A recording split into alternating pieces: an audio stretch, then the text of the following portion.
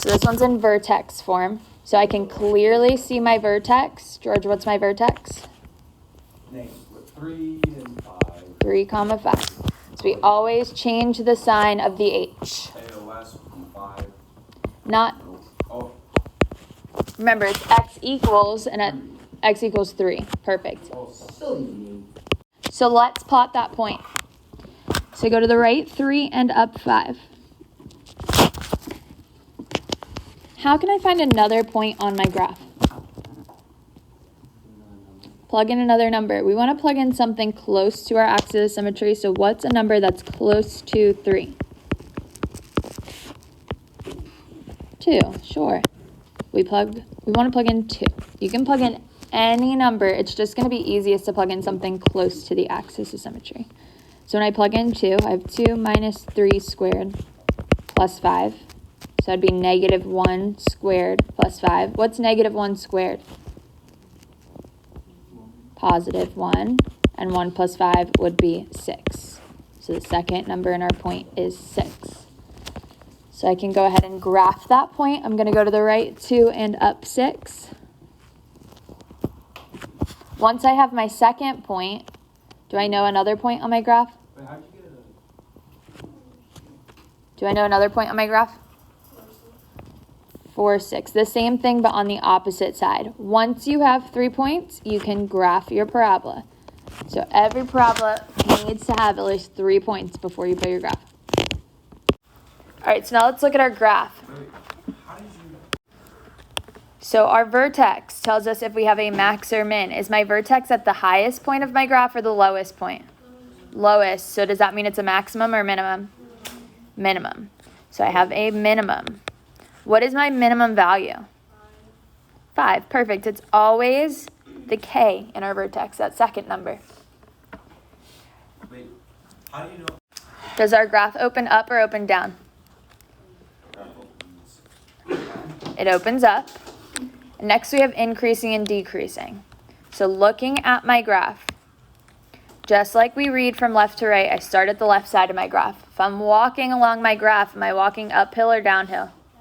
Down. So that means I'd be decreasing on the left side. Keep walking, but then I start walking uphill. So I'd be increasing on the right. So we would say increasing right, decreasing left. All right, what's our domain? All real numbers. Domain will always be all real numbers. And then what's our range?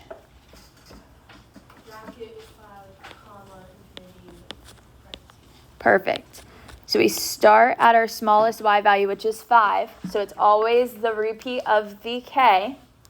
The number gets the bracket, and our graph is pointing up, so it goes up to infinity.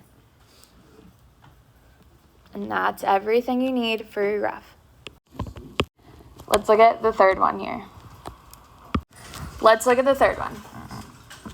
So this one's written in intercept form. So I can see what my x-intercepts are. What are my x-intercepts? -4 and 2.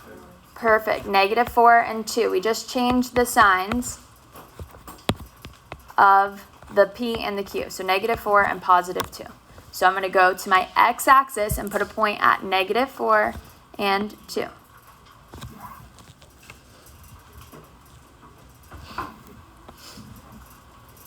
How do I find my axis of symmetry here?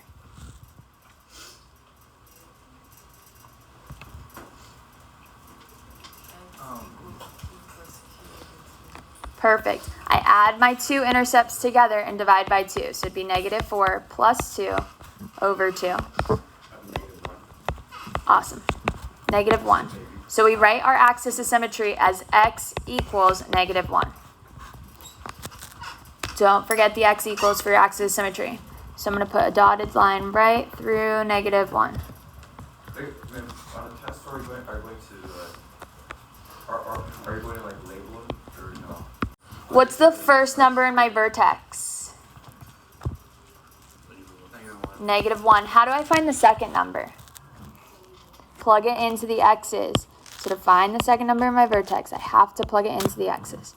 So -2 times -1 plus 4 times -1 minus 2.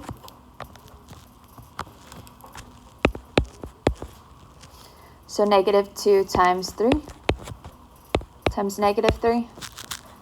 We just multiply all of these together, so that'd be -6 times -3, which would be positive 18. So the second number of my vertex is 18.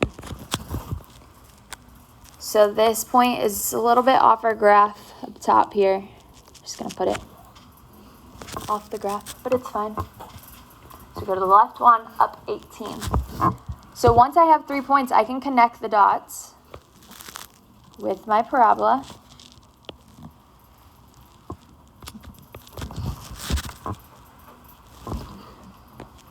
Is my vertex at the max or min?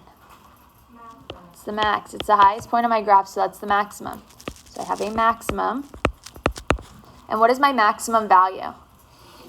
18. Awesome. Does my graph open up or down? Down. We knew it was going to open down because A is negative, so that tells us it opens down. So that kind of confirms with our graph that we plotted our points right. That graph looks like my legs. All right, so we start at the left. If I was walking along my graph, am I walking uphill or downhill? Uphill, so I'd be increasing on the left. I keep walking, and then I start walking downhill, so I'd be decreasing on the right. So increasing to the left, decreasing to the right. What's my domain? All real numbers. And what is my range? So my graph points down to what?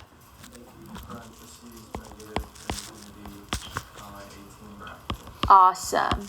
So when it points down, it starts at -infinity, and then our graph ends at 18, and the number gets the bracket.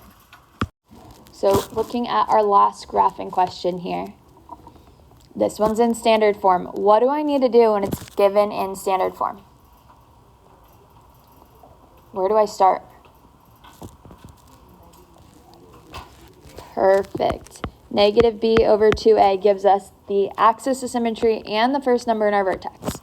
So make sure it's in standard form and you have your A, B, and C.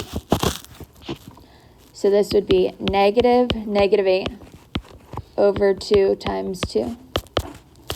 So +8/4, which would be 2. My axis of symmetry is what? Just 2? X equals 2. Don't forget the x equals. What's the first number in my vertex? 2. How do I find the second number? Plug it in. So I plug it into all the x's in my equation here. So this would be 2 times 2 squared minus 8 times 2 plus 1.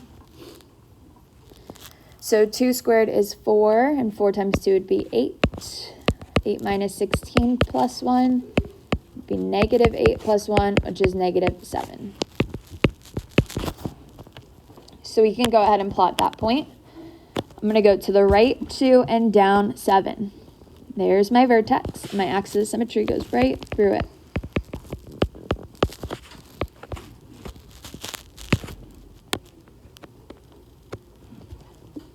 How do I know where another point on my graph is going to be? I could plug in another number, but when it's in standard form, what else do I know? C is my y-intercept. That's where I cross the y-axis, so I can put a point at C, at 1 on the y-axis. So you could plug in another number, that's fine, but it's just going to be easier to look and see what's your C, what's your y-intercept, and you can plot that point. So now that I have 2 points on my graph, do I know where a third point's going to be? Where? The other side. I'm 2 spaces away from my axis of symmetry here, so I need to be 2 spaces away on the right side. Once you have your 3 points, you can graph your parabola.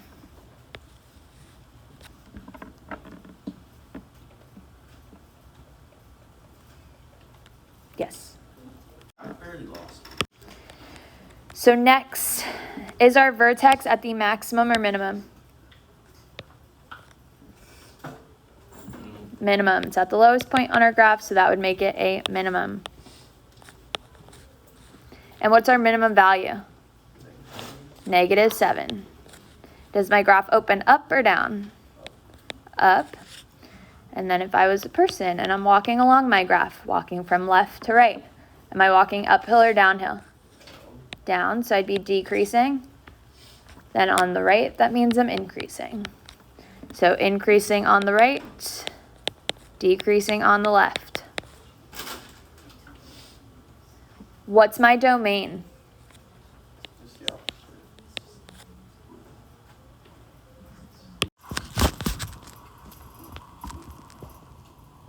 So where does our graph start? Range is y values. We look at the y values. What's our smallest y value that we have? -7. So it's a bracket -7 because we always repeat the k. And what does it go to? Infinity. Perfect. So for the last page, we have to identify the vertex and describe the transformation of each. So for the third one, what would my vertex be here?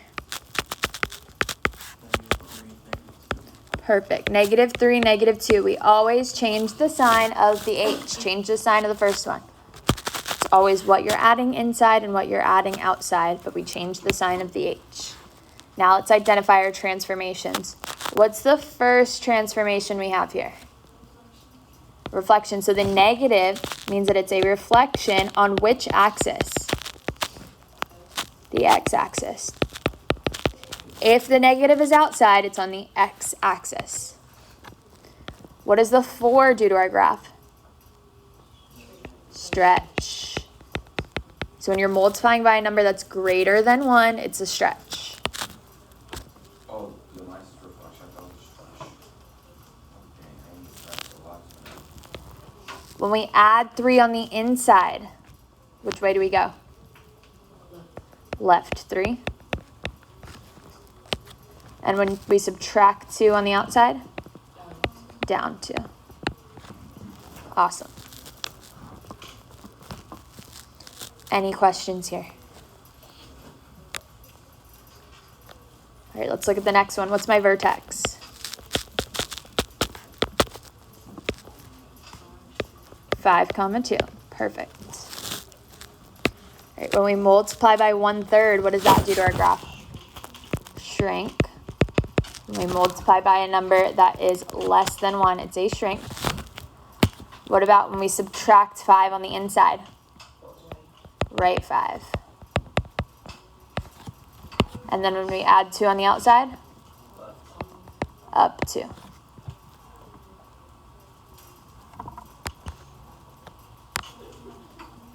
All right, next one. What happens when we multiply by 0.5? Shrink. What about when we multiply a negative on the inside? A reflection on the y. How does that shrink? Because it's 0.5, it's a number less than 1. Oh, I thought you just put that down. That was a mistake. What does it look like? What does the reflection on the y look like?